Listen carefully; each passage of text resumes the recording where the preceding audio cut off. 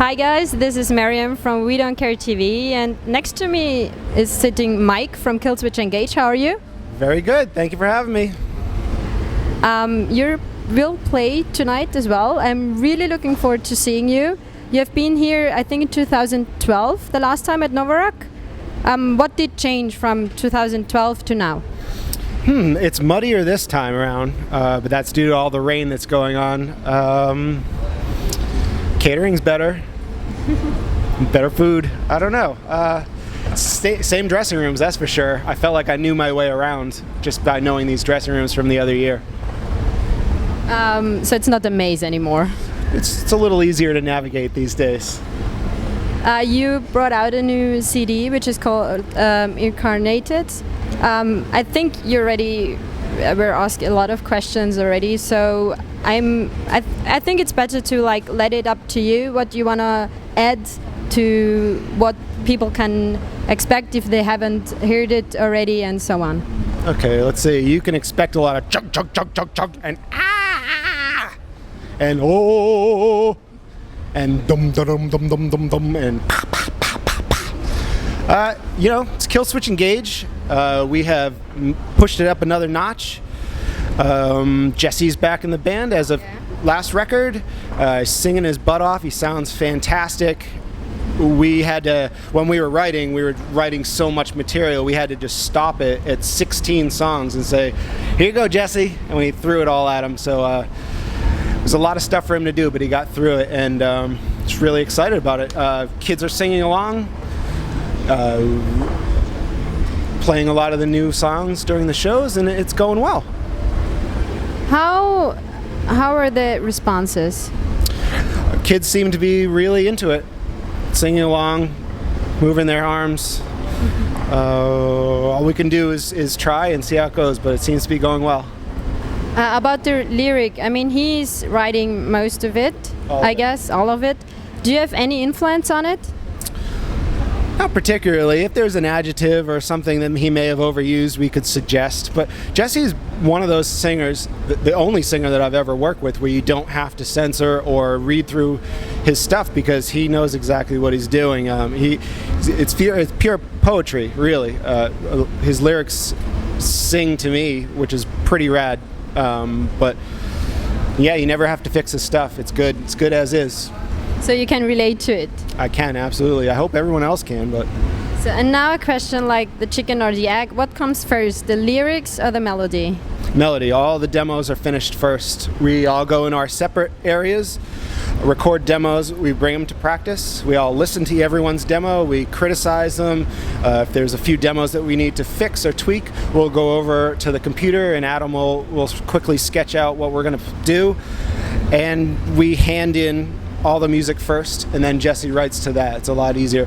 Although Jesse does write by himself, some of those lyrics may or may not fit into what we're doing, so usually always music.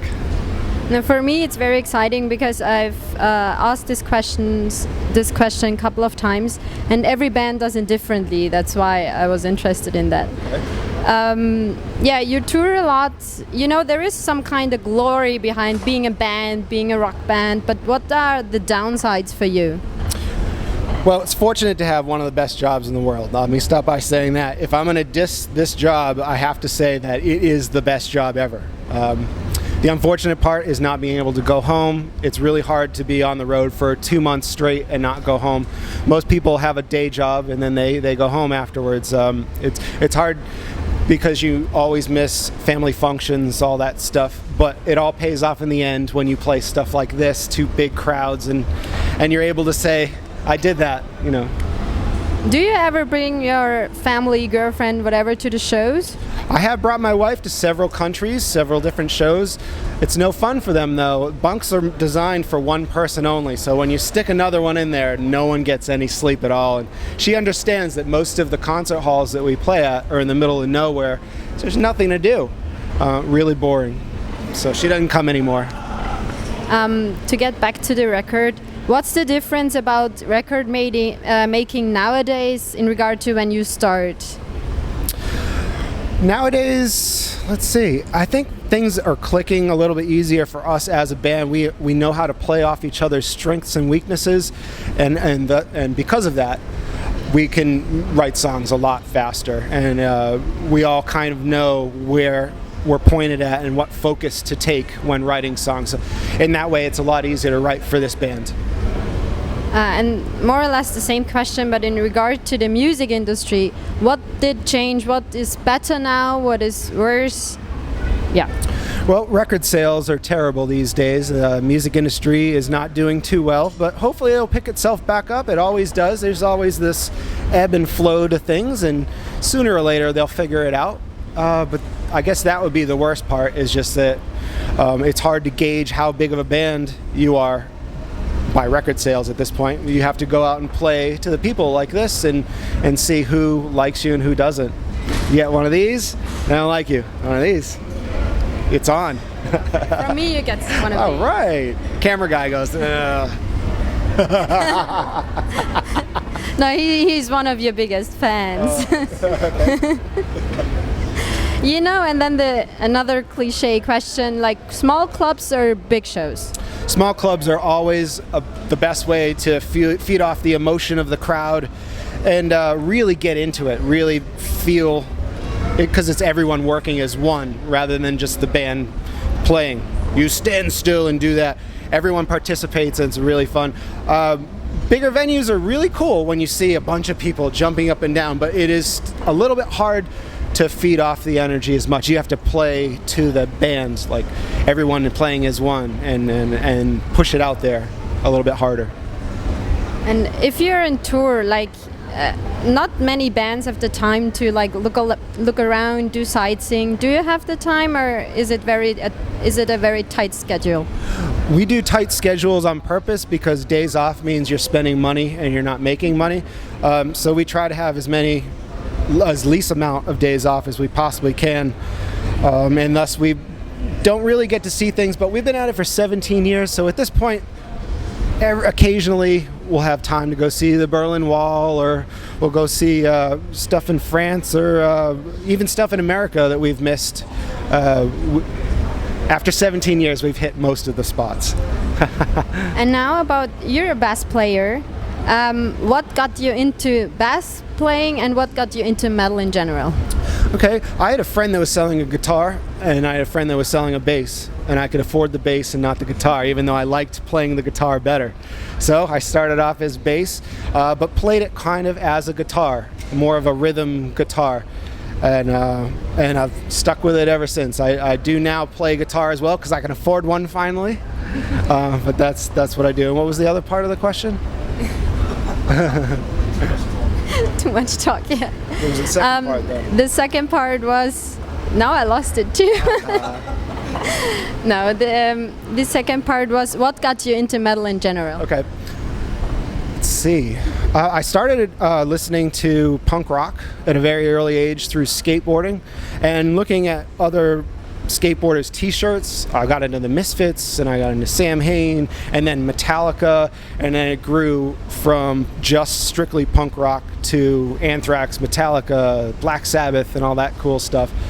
And American hardcore at the same time, like Leeway and a bunch of New York. We're from Massachusetts, so the next state over is New York. So there's a bunch of really cool metallic hardcore bands doing some crazy things back then. The Cro-Mags, Sick of It All, Agnostic Front, and that's the stuff I really honed in on and started to really love. The blend of metal and hardcore.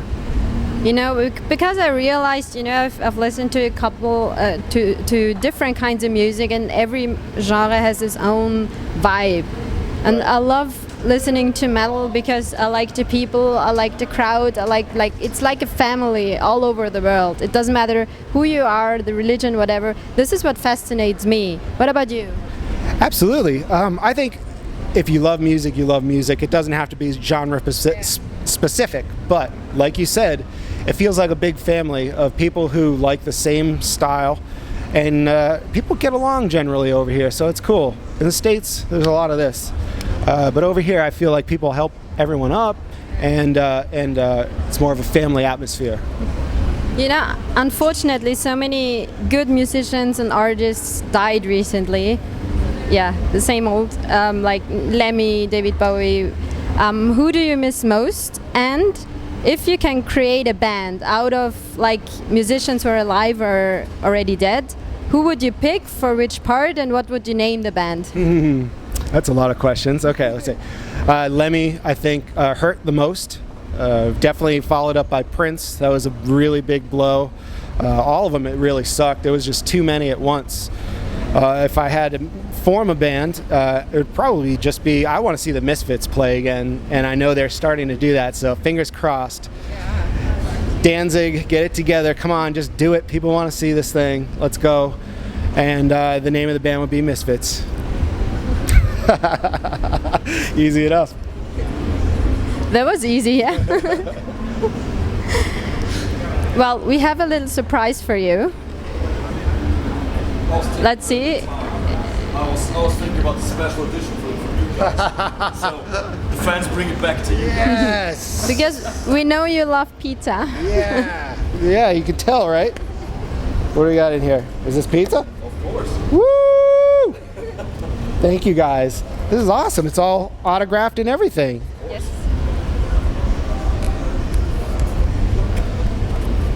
Let's show it to them. I just try to be creative, but I'm not into artwork like you are. Unfortunately, you can't hear the cameraman. He tried to be creative, and it's a gift from us to you. Nice Actually, from him to you. Thank you so much. We love you guys. I love seeing you live. I'm looking forward to see you again. I mentioned it, to see you live and take pictures. And Oh, no pictures. Don't. Just kidding. Don't look us in the eye. Awesome. Thank you so much. let's come to the camera is coming now. Yeah. Yeah. That was us. That was us. Yes. True signs. So they are famous now. Perfect. So thank you for being here. Thank you for the interview, and have a great show and a great tour. Thank you for the pizza, and thank you for having me. It's great to see you guys. And for you guys out there, don't forget to subscribe, to follow us on Twitter, Instagram, Facebook, and see you soon. Bye. Dark Icon Design on Instagram. Thank you.